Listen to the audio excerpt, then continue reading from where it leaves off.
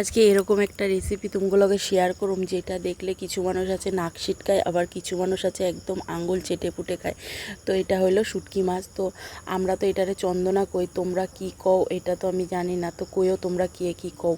তো এখানে দেখো শুটকি মাছটি লই লইছি, কাটটা ভালো মতন জল দিয়া ধুইয়া পরিষ্কার করে লইছি। তো এখানে আমি একটা কড়াই বহায়া, কড়াইয়ের মধ্যে তেল দিয়ে, তেল গরম হলে মাছগুলিরে দিয়া ভালো মতন এপিট ওপিট কইরা ভাজা লাগবো, কারণ মাছগুলি আস্তে আস্তে নাড়তে লাগবো। এই মাছটা খুব নরম হয়। তো মাছগুলির এখানে দেখো এপিট ওপিট করে ভালো মতন ভাজা আমি উঠাইলামও। উঠায়া কড়াইয়ের মধ্যে আর একটুখানি তেল দিব, তেল দিয়া আমি পেঁয়াজ কুচিগুলি দিয়ে দিব। পেঁয়াজ কুচিগুলি দিয়া পেঁয়াজটারে ভালো মতন নাইড়া চেড়া পেঁয়াজটা একটু ভাজি ভাজি হলে আমি এখানে আলু দিয়ালামও। আলু দিয়ে অল্প লবণ দিয়ে পরে আলুটারও আমি ভালো মতন ভাজুম যতক্ষণ না আলুটা নরম হয়ে যায়।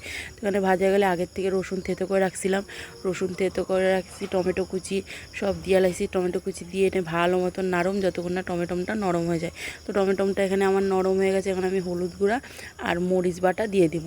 এই রান্নার মধ্যে আমি কোনো জিরা ধনিয়ার গুঁড়া দিব না।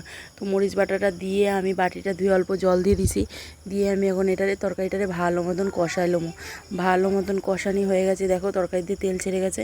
এখন আমি এখানে জল দিয়ে দিব। পরে জলটা ভালো মতন ফুটতে উঠলে আমি মাছগুলি দিয়ালাম। মাছগুলি দিয়ে একটু পরে আমি ধনেপাতা দিয়ালাম। ধনেপাতা দিলে হয়ে গেল আমার মাছ রেডি।